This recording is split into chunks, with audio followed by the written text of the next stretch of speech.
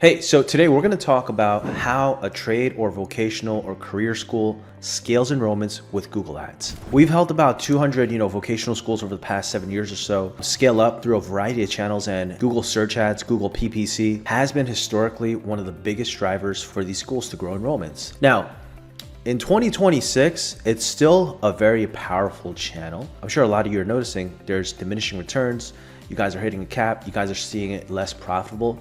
So now more than ever, Google Search Ads, Google PPC needs to be done right. And we're going to talk about how you actually maximize profitability from your Google Search Ads and continue to squeeze out and get, anywhere from 10 to 100 enrollments a month, possibly even more depending on your market, with Google Search PPC ads. I'm going to talk about a specific case study that happened over the past 90 days, talk about how some of the numbers and how we actually create success for our clients with Google Ads. See, but first, you need to understand how Google Ads works and why most schools are failing as we speak at PPC. So Google Search Ads, you're trying to get in front of people who are actively searching for the program you offer. So the search is high intent, but also that comes with a cost. You're paying for some of these people who are actively looking for your program, as well as every other single competitor in your market. See, most agencies, most schools, they're bidding on just like regular keywords, and it works to get your first few students.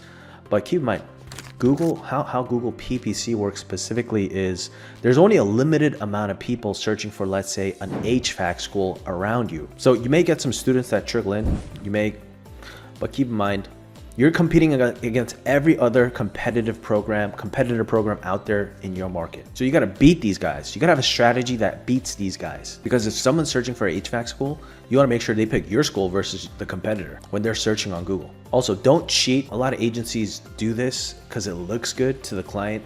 Do not cheat by using branded keywords, meaning like, if ABC school name, don't bid on that keyword. It makes sense if you're a larger school and you're trying to defend market share, but unless you're one of the top 5 schools out there, it doesn't really make sense for you to do it. So to break through your ceiling and get more students with Google Ads and get more students profitably, you can't just rely on the keyword. Here's the most important part. You got to fix what happens after they click on the ad. So generally, this is the strategy. You want to go after high intent keywords such as HVAC, best HVAC program around me, HVAC schools near me, just high intent keywords. When someone is searching for that keyword, doing that search on Google, it means they're actively looking to enroll in a program. That's how you're gonna get the best quality students. So bid on those keywords, but you gotta control and really maximize and optimize what happens after the click to beat out your competition. So let's talk over numbers for a specific client of ours. It's HVAC. They teach HVAC training, electrician training, plumbing training. So this is a breakdown of the numbers in the past 90 days, just off Google Search Ads and how we're generating the school enrollments from Google Search Ads. So we spent about $26,000 in the past 90 days. And remember, we're trying to buy qualified calls, not just clicks. We want them talking to our client to make an enrollment decision. So we're going after quality calls. Cost per call was about $55. So this is the breakdown. We got 26 people to enroll in the HVAC program, 15 people to enroll in the electrician program, 12 people enrolled in the plumbing program. We generated $265,000 in revenue, generating a 12x ROAS, meaning for every dollar we put into Google Ads, we generate the client $12 back in revenue. Now you're thinking, hey, what's the actual cash flow? We take it a step further. You can't necessarily pay all your bills with revenue. You pay your bills with cash. You put money in your pocket with cash, right? So we track the cash collected as well. So we generated about $81,000 in cash collected because most schools have payment programs, loan programs, et cetera. So you want to maximize the people that pay the most amount of cash up front, put down the most amount of cash up front. Ideally, it's full pays. So that's why we track the cash from our ads, because getting someone to enroll is good, but getting someone to enroll with the most amount of cash down is the best. So here's our strategy. Let me walk you through it with this visual. So on a high level, this is how you do Google Ads right. Google Search Ads. There's the technical setup in the ads manager. Then you get in front of the right people on Google Search. You show up on the search results. They come to a landing page. Now, this is what we control after the click. After the click right here. After they click on the ad, what happens is really where you maximize your profit with Google search ads. So one, it comes down to a great landing page. Then it comes down to a great sales process, a dialed in sales process. And most importantly, our secret sauce is meta retargeting, omnipresent. You create omnipresence for the lead. Honestly, not that much money. So if someone books a call, let's say, to talk to you off Google ad, and let's say the call's happening tomorrow, right? Sometimes even 2 days out, 48 hours later. We're gonna follow them around on the internet. Most of the times it's on Meta, it does the job. So we're retargeting. If they book the call, we'll tell them Meta. People who only book the call, we retarget them on Meta with our 4 content pillars of basically showing why the program, the school is legit, breaking down objections, and just telling them more about the differentiators and the key benefits and features of the program. So that way, when someone shows up for the call, they have much more information, they're much more primed. Because keep in mind, if someone is searching on Google for, let's say, an HVAC program, they're probably gonna fill out a form for another competitor program as well. So I guarantee you, your competitors working with us, they're not doing any of this. So this is where you shine. You get them the right information on the landing page, you're staying omnipresent, top of mind, retargeting them before the call happens. You have a great sales process, which we'll talk about, and you get them to enroll. So it starts with the technical setup. So in Google Ads, you got to go after the right keywords. As I said, you go after kind of the main high intent keywords. Don't go after like long tail, very like niche or like funky keywords thinking you're somehow going to beat the game. Maybe, but odds are you're most likely not. Go after like the high intent keywords, even if they're really expensive, you know, even if they cost $5, $10, $15, $20, $40, $50 a click. Those are the people that are going to enroll in your program. It's just, you can still make it very profitable if you do the post-click right. So go after the right keywords. When you're talking about keywords, it's also very important. I'll give you an example here. You're blocking out the negative keywords. So for example, if someone is searching for a free HVAC training program, you want to block out those turds. You don't want to pay money to get your ad in front of those people. So negative keywords is very important. A good negative keyword to put in your keyword list, meaning Google is not going to get in front of these people if they have like this specific search. So free HVAC training, you're not getting in front of those people. So free is the negative keyword. So negative keyword is very important. Bidding strategy is very important. So in this day and age, Google wants to do a lot of performance max campaigns. That's not the first course of action you should take. Most of the times, performance max doesn't generate enrollments because they put your ads on so many different sites that aren't really high intent. So go with your traditional Google search setup ad. In the beginning, go with like maximize conversions as a bidding strategy. Then you could go, once you understand what's like a good cost per click that you see, then you could implement more sophisticated bidding strategies, such as like, you know, you're not going to pay above X dollars in cost per click.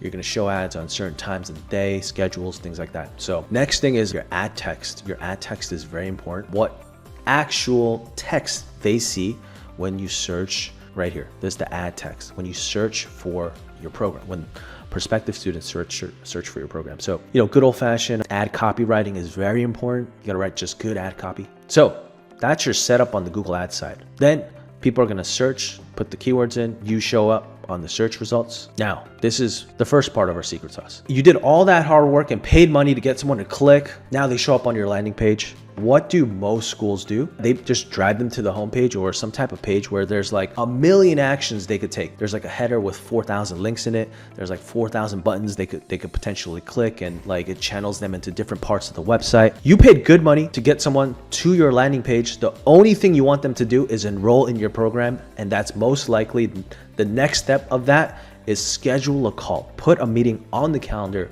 with your salesperson. But remember, scheduling the call is important, but you want them to have enough information to be excited about the call so they show up for the call as well, right? And you know, again, if they fill out the form and they expressed interest in other competitors as well, other competitors are calling it the lead as well. So this is where, you know, you get to do a lot of your selling. So even if they're talking to other schools, in their mind, they're leaning towards you. And this is how you make it happen. We do it through what we call a mini webinar. So when someone lands on the page, boom, we just go straight into a video, about 5-10 minutes. We get directly to the point, give them all the information about the program, key benefits, everything they want to know, their deep concerns, just in a streamlined fashion. We answer it through a video. But again, not everyone is gonna watch the video, but you'd be surprised, like most Google ad landing pages, PPC landing pages for your competitors, they don't have videos. So if you have a video, you're one step ahead of them. because video is a really good direct way to nurture your prospect. And then you're talking about the key benefits of your program. Another important thing on the page to have is a FAQ section where you talk about some pressing questions that they might have that might initially block them from booking a call with you guys. So landing page, to sum it up, landing page, mini webinar, video, no other call to actions besides scheduling a call and having some more information, and an FAQ. Don't overcomplicate it. Don't put too much information on this page. A video accomplishes everything they need to know, and an FAQ. Remember, they're waiting a day, 1, 2, 3 days out to talk to you guys. You want to create that omnipresence. So while they are waiting for the call to happen, we have retargeting ads on Meta. And basically the types of content you want to put in front of them, it's pretty cheap, again, to just run video retargeting ads to people who just book the call because it's a pretty small sample size, or people will just hit your call scheduler landing page. And again, the content around this is like building proof that your program is the real deal. That comes through alumni student testimonials, proof that your program is getting people legit careers, handling objections about the program. Just, you could do talking head videos, or, you know, have students interview them where they're breaking down some of the key concerns of the program. You could have videos of you in the press if you have, that shows like social proof. So you're retargeting them with videos. We have a specific way of retargeting them where they're just not getting pummeled with one video. You know, you want to have anywhere from minimum 4 up to like 20, 30 different videos depending on your call volume. And we're making sure we have a process where it's a sequence style video, so they're not seeing the one video over and over. If they saw one video, that gets excluded and they see the next batch of videos, the next batch of videos. So they're seeing a variety of videos while they're waiting for the call to happen. Also important, after the call happens, the retargeting is still in play. So we run retargeting for about 30 days from once they book the call. So meaning even after the call happens, they're still getting hit because, you know, they had a good call, let's say, and you're still staying top of mind and building the case in the background with your omnipresence that your program is the real deal and they should enroll. All right, so there's 2 critical things to keep in mind in this process. One, it's the sales process. Remember, we can get qualified calls for you for, you know, $55 a call. That's probably as good as it gets, but we can't sign the contract for you, right? Get them to enroll for you. So, you know, we work with a lot of salespeople. We have a lot of best practices. Feel free to reach out. We have a whole SOP on what salespeople should be doing before the call happens, after the call happens. But if I need to give you one pro tip on this video today, is do not have a selfish sales process. Meaning, you know, let's say the call happened and typical follow-up is like, hey, John, we had a great call yesterday. I'm just checking in to see if you had time to fill out the application and enroll. So selfish, right? You're just basically asking them, you're telling them, take time out of your day, John, to tell me if you're going to give me your money or not. Don't be selfish. Be selfless. Be value driven. Give them things. When every time you touch base, and it needs to give them value, because they know you want them to enroll in the program. It's like every time you touch base, it needs to give them value. And 2, remember, as I said, Google search ads, PPC, you're capped in the number of people, number of students, number of clients you can enroll in your program. You can't create more demand. You can't have more people search and create more interest for your your training program, right? Because it's capped. You can't force people to do more Google searches. So, you know, Google PPC eventually caps out. You just got to find what the ceiling is and maximize them profitably. Again, in this day and age, 2026, AI search is taking over very fast. So AI search is eating into your PPC market share as well. But there's still money to be made. We just talked about how to do it. Don't be a one-legged stool. You got to get students on social media as well. To start with social media ads, because that's where one place you could go to get qualified people, but also like create more demand for your program, because you could get in front of people's eyeballs. You could force your ads, your program in front of people's news feeds. You can create more demand for your program. That's the beauty of social media advertising. Yet alone tap into a new market of people. So to sum it up, Google PPC search ads historically used to absolutely be the #1 channel. Still works well. There's still money to be made, but you know, with AI search, the market being more competitive, as with like any channel, you're gonna see more and more diminishing returns. But again, this is how you maximize, juice your Google ads and be king. Be #1 in your Google ads and just blow out your competitors, because Google ads, Google search ads is just a very competitive game. So don't be a one-legged stool. Have a really dialed in sales process. If you want some SOPs, feel free to reach out. We have plenty of them for your sales team to follow. So yeah, hope you enjoyed this. Sum it up. Use our content first ad strategy framework even in your PPC funnels. That's one of our core strategies, putting the right content, the right video to the right person at the right time. If you're not really sure what that means, check out some of our past videos in our YouTube. We have plenty of videos talking about our content first ad strategy. So yeah, there you have it. That's Google Ads, Google PPC for you. All right, take care. Bye.